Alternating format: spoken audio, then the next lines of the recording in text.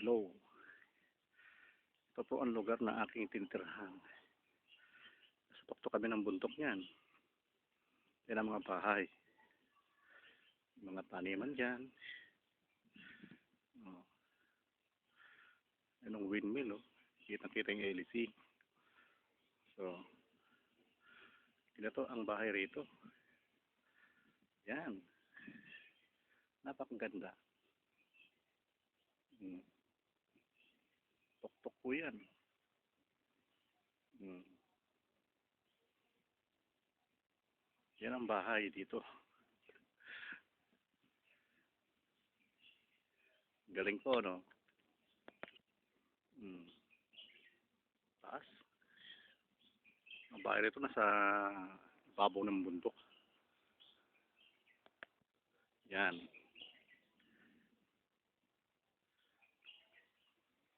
May jumping ano dyan. Yan.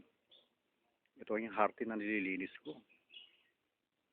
Yan. Mga batuhan yan. Ang puno.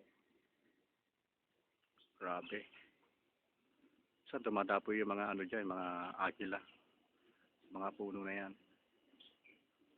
Hmm. Tingnan mo ang loob ng bahay na to. Ayan.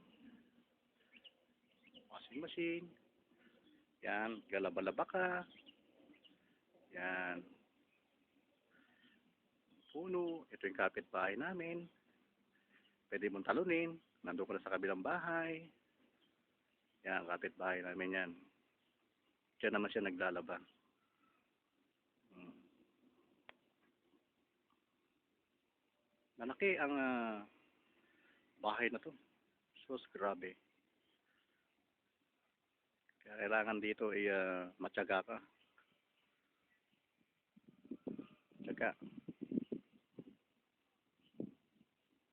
Kasi, yun, may lumilipad na agila.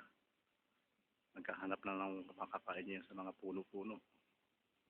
So, lalaki kaya ng ahas dito. Pero hindi ka pwede pumatay ng anumang hayop dito. Bawal. Maaaring ikakulong mo pag ikaw ay nakita ng mga kapulisan dito. Yan ang baba. Tatapos ko lang maglinis ng bakuran na yan. May hagdanan. Punta roon sa baba.